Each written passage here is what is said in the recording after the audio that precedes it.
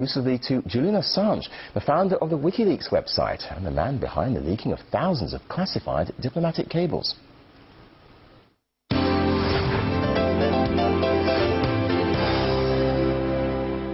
Julian, thanks for talking to RT. Now, through the course of your work, it's reasonable to assume that you have some insight into how political decisions are being made. What do you make of the recent events in the Middle East and North Africa? Do you think that we're seeing genuine social unrest, or are we seeing some kind of orchestrated revolt? And if so, who do you think is behind all this?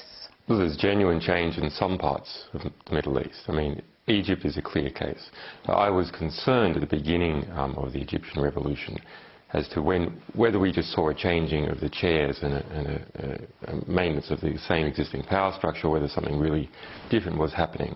But after Mubarak fled Cairo, you saw mini-revolutions occurring in every institution within Egypt, from Alexandria to Cairo.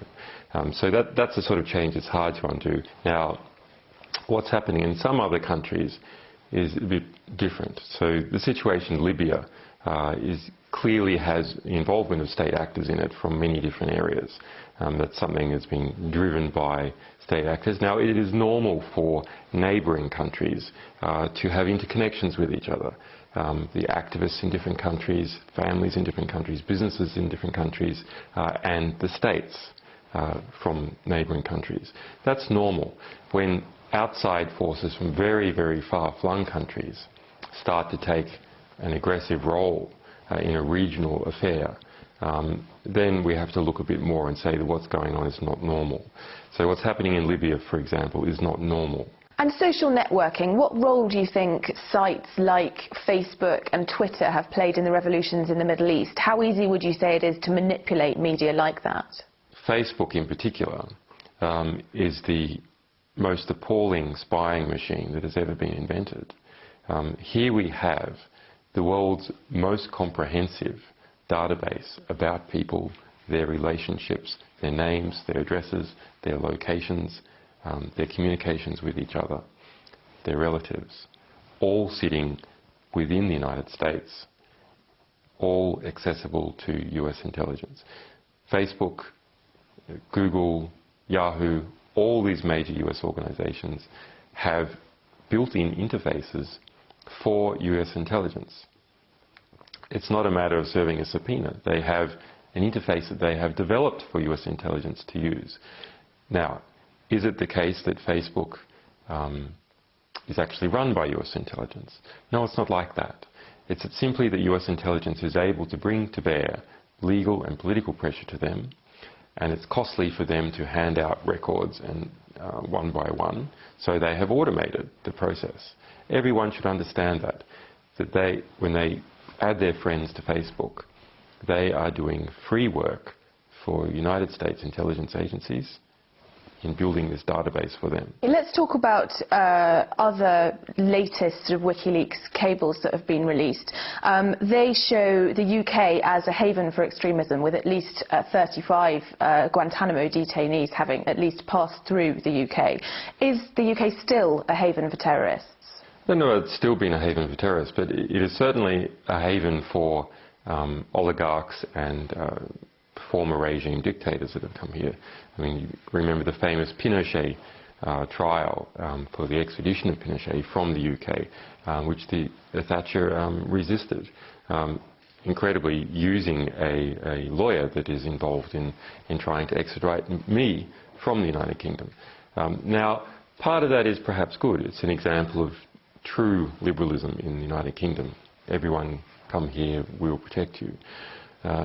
On the other hand, there does seem to be a disconnect between, is it really supporting free speech activists like me who come to the UK, but on the other hand, it is supporting people like sons of Gaddafi. And the Guantanamo information, why has WikiLeaks released it now? I mean, it seems sort of to be after the fact. Is it because Obama has recently announced his re-election campaign, and obviously closing Guantanamo was one of his main election promises? Well, there's a number of reasons why we've released it now. The primary one is that we are a small organisation, a very committed one, and last year we came under extraordinary attack. All these things continue to go on, and so they really dampen down our ability to move quickly and publish quickly. The timing is good. Obama has given up on closing Guantanamo and has decided to reopen the trial process, and we now have a situation where even the Obama administration says that 48 of these people still in Guantanamo are completely innocent and that they should be sent somewhere, and they're not being sent somewhere. So completely innocent people incarcerated for years and years and years, no trial and no hope of release. No country will agree to house them, including the United States, but the United States has made them its problem. The United States was involved in rounding up these innocent people, setting up a process that was from the very beginning corrupt. There's a reason why they're in Guantanamo and not on the US mainland and not in an allied country. And that reason was to hide them and keep them outside of the law. Just like you have Caribbean islands engaged in money laundering, the United States was engaged in people laundering. Let's move on and talk about your media partners, one of which is The Guardian, with whom you're now involved in a dispute, but you chose them as your primary English language partner for distributing the WikiLeaks cables. And now Guardian journalists have published this book on WikiLeaks, which you say is an attack on you. How would you describe, following that, The Guardian's stance on whistleblowing and media freedom in general? You know, they are a publishing organisation, so of course they want as much right for them to publish as possible. That's a natural self-interest. What they have done with this cable cooking, in this incredible redaction, over-redaction of cables, is they have pushed the right of the people to know at the very, very edge. And what they're concerned about is any possible attack on them. But we have seen this sort of abuse of the material that we have provided several times. And the Guardian is the worst offender, but we saw it also by the New York Times. The New York Times redacted a 62-page cable down to 2 paragraphs. And this is completely against the agreement that we originally set up with them on November the 1st last year. That agreement was that the only redactions that should take place are to protect people's lives. There should be no other redaction, not to protect reputation, not to protect the Guardian's profits, but only to protect lives. What happens in the West is that there is no border between state interest and commercial interest. The edges of the state, as a result of privatisation, are fuzzed and blurred out into the edges of companies. And so when you look at how The Guardian behaves or how the New York Times behaves, it is part of that mesh of corporate and state interests, seamlessly blurring into each other. The Guardian's concerned predominantly about being criticised by these powerful interests, about lawsuits occurring against it, driven by oligarchs, driven by people powerful enough to push a court case forward. Let's talk a little bit about you and what you're going through at the moment. You are currently fighting extradition to Sweden. What are your fears should you be extradited there? The problem is in 2 parts. The United States is trying to get up an extradition case for me to the United States. Just today we see a new subpoena coming out of the secret grand jury that is operating in Alexandria, Virginia. It is trying to get up this espionage case against us.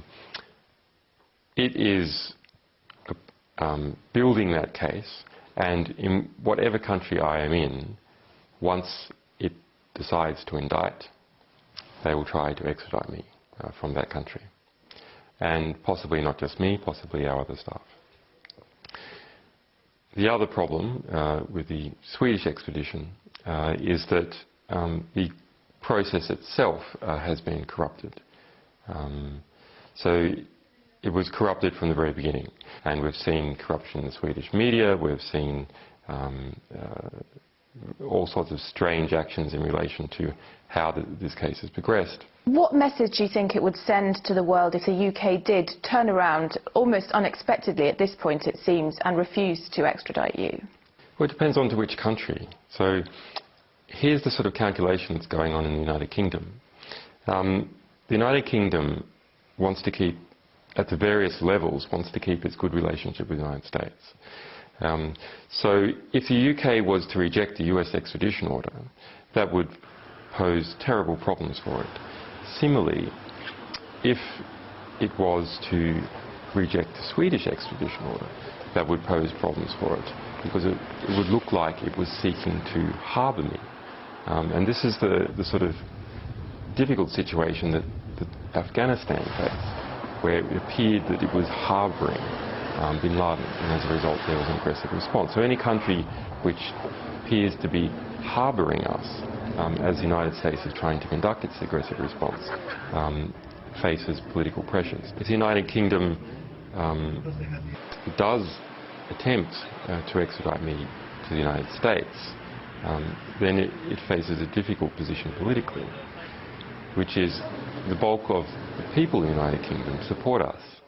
And finally, Julian, who do you consider to be your number one enemy? Our number one enemy is ignorance. And I believe that is the number one enemy of everyone, is not understanding what is actually going on in the world. It's only when you start to understand that you can make effective decisions and effective plans.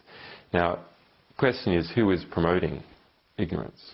Well, those organisations that try to keep things secret, and those organisations which distort true information to make it false or misrepresentative. In this latter category, it is bad media. It really is my opinion that the media in general are so bad, we would have to question whether the world wouldn't be better off without them altogether. They're so distortive to how the world actually is, that the result is we see wars and we see corrupt governments continue on. One of the hopeful things that I've discovered is that nearly every war that has started in the past 50 years has been a result of media lies. The media could have stopped it if they had searched deep enough. If they hadn't reprinted government propaganda, they could have stopped it. But what does that mean? Well, that means basically populations don't like wars. And populations have to be fooled into wars. Populations don't willingly and with open eyes go into a war. So if we have a good media environment, then we'll also have a peaceful environment. Julian Assange, thank you very much.